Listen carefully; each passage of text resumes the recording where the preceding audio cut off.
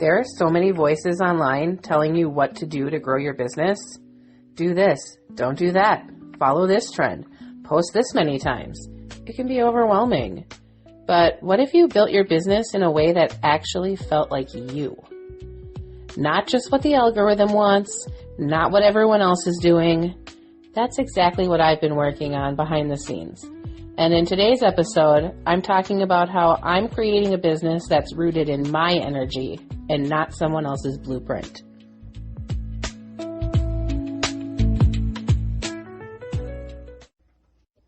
Hey friends, I'm Cassandra, the colorful creative behind Pretty Pineapple Bead, and welcome back to Sparkle and Shine.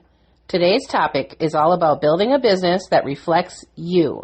Not what's trendy, not what everyone else is doing, but something that feels authentic to your values, your energy, and your style. And speaking of big changes, at the time of recording this episode, I have only 1 day left at my part-time job. By the time this episode goes live, I'll be officially full-time in my business, and honestly, it feels exciting, freeing, a little scary, and full of all the feels. To me, building a business that feels like me means not forcing it. It means following what feels right, even when it's not easy or trendy. I want Pretty Pineapple Bead to radiate the same energy I try to carry in my own life. Positivity, color, confidence, creativity, and kindness. It hasn't always been that way. When I first started, Pretty Pineapple Bead was a mix of funky, eclectic bracelets. I tried to appeal to everyone, and my styles varied a lot. Over time, I honed in on what truly lights me up and started creating cohesive collections, like my Essential Color collection. It's a simple bracelet, dangly earrings, and a bar necklace in 18 vibrant colors. Some of the best decisions that I've made have been gut decisions, like when everyone else leaned into gemstones and crystals, I doubled down on bright, bold colors. Or when I launched my DIY bead bar at markets, something totally unique that sets me apart and now even includes private parties. Those weren't strategies I saw others doing. They were ideas that felt right to me. Let's be real. There's always pressure to do it the way everybody else does. Whether it's how you set up your booth at a craft show or how you show up on social media. I've tried some trends that just didn't fit me, like dancing on Reels and TikToks. Even though I used to dance in school and at a studio when I was younger, that content just doesn't feel like me. Same with batching content weeks in advance. I can do a few days at a time, but beyond that, it starts to feel disconnected. And yeah, sometimes I second guess myself. I see others with more followers, more engagement, more sales, and I think, what am I doing wrong? But then I remember we're only seeing the highlight reel. We're not seeing the 0 sale weekends or the campaigns that flopped. Everyone has struggles. They're just not posting about them. My goal is to be better than I was yesterday, not to match somebody else's success. So, what does Pretty Pineapple Bead feel like? 3 words. Colorful, confident, happy.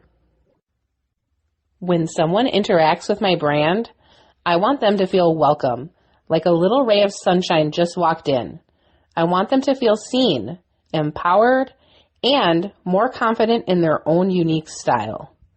That's why I use bright colors, lean into mantras like color equals confidence, and empowering confidence 1 bead at a time. And I use the pineapple as a symbol of welcome. My dream is that every customer walks away from my booth or my website feeling like they just experienced something positive and uplifting. So here's the wild part. By the time you hear this, I'll be fully transitioned out of my job. Friday is my last shift, and honestly, it doesn't feel real yet. There's a part of me that's still waiting for it to hit, but I know it's happening. I started working at this job years ago with the goal of learning everything I could about retail, because even back then, I knew I wanted to run my own business someday. And I did. I worked every position from sales associate to store manager, and the skills I've gained are priceless.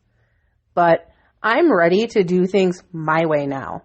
I'm excited to update my product descriptions, improve my photography, and create systems that give me more freedom and flow. I want to use that flexibility to create, connect, and empower women through color and confidence. If you're building a business that feels like it's someone else's, like you're just copying what works for them, I want you to stop and breathe for a second. Because that's a fast track to burnout and unhappiness. You don't need to follow every trend to be successful. In fact, your greatest superpower is your uniqueness. What makes you different is exactly what will help you stand out. So here's a simple starting point. Talk like yourself. Drop the overly professional voice if that's not your vibe. Share a photo of you. Tell us a fun fact about yourself and why you started the business.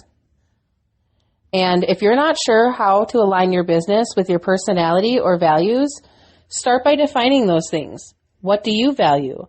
How do you want your life to feel? What do you want people to feel when they interact with your brand? Once you know that, everything gets much clearer. If this episode made you stop and think, I'd love to hear what resonated with you. DM me on Instagram at Sparkle and Shine Podcast and let me know what's one thing you're doing in your business that feels totally you. And if you haven't already, go hit that subscribe button and share this episode with your biz bestie or another business owner who needs a reminder to stay true to themselves.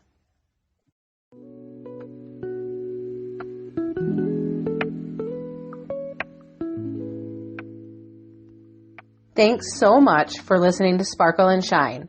The more your business becomes, the more powerful it is. Stay rooted in what lights you up. Keep glowing, keep creating, and of course, keep shining.